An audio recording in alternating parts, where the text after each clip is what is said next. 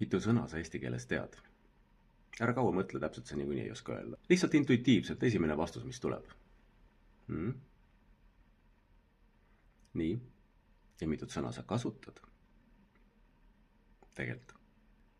Eesti keeles on uuematel andmetel üle 2,4 miljardi sõna. Keskmiselt intelligentse inimese sõnavarasse kuulub umbes 20–40 000 sõna. Aga igapäevaselt saab hakkama ka isegi 1000-ga, kuni võib-olla 5000 sõnaga. Ja ma kahtlustan, et suur osa inimesi kasutabki üsna piiratud sõnavara, sest et on ju lihtsam ja milleks aju koormata mingisuguse liiga paljude sõnade teadmisega. Pealegi mõni võib-olla ei saa isegi aru mõnest sõnast, mis ütled ja lihtsam on, kui me hoiame asjad lihtsad, eks ole. Märkasin ühest hiljutisest tööst kliendiga, kui palju võib lahendusele kaasa aidata see, kui inimesel on rikkalik sõnavara. Emotsioonide ja tunnetega töös on nimelt väga oluline võimalikult täpselt väljendada seda, mis sees on. Mul sattus olema klient, kellel on suur lugemus ja kes ise ka kirjutab. Tema väljendusoskus oli niivõrd rikkalik, et ta oskas väga peenetes nüanssides anda edasi seda, mis tundevarjundid tema sees olid.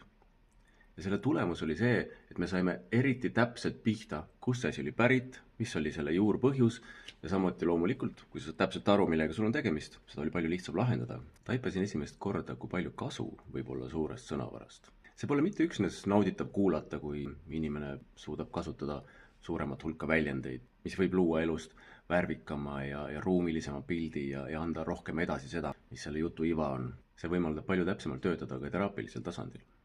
On suur vahe, kas inimese sees tunne on lihtsalt halb või ebameeldiv või see on, ma ei tea, torkiv, väänav, kokkusuruv, tuimalt pitsitav, õelalt piitsutav, närivalt mustjas, jäiselt kriipiv, kleepjalt imal, mis iganeseks. Saate aru, mis ma mõtlen?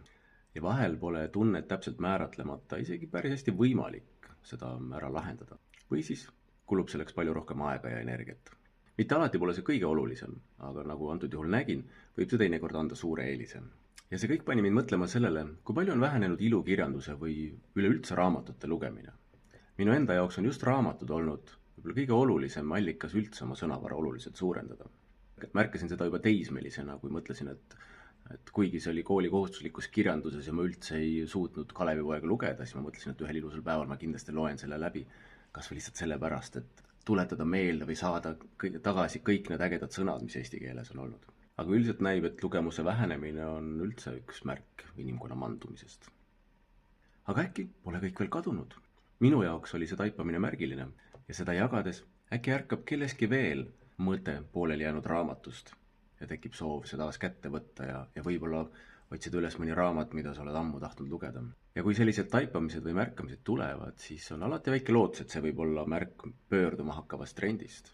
Ja tuleviku ühiskonnas, mille AI targa kasutamise tõttu hakkab inimestel palju vaba aega üle jääma, pöördutakse taas kaunite kunstide poole. Nähtuse, mille peamine ülesanne näibki olevat elamise kogemust rikastada ja luua maailma juurde ilu. Või kuidas arvad sina? Kas me hakkame varsti rohkem raamatuid lugema, klassikalise muusika kontsertidel ja kunstinäitustel käima?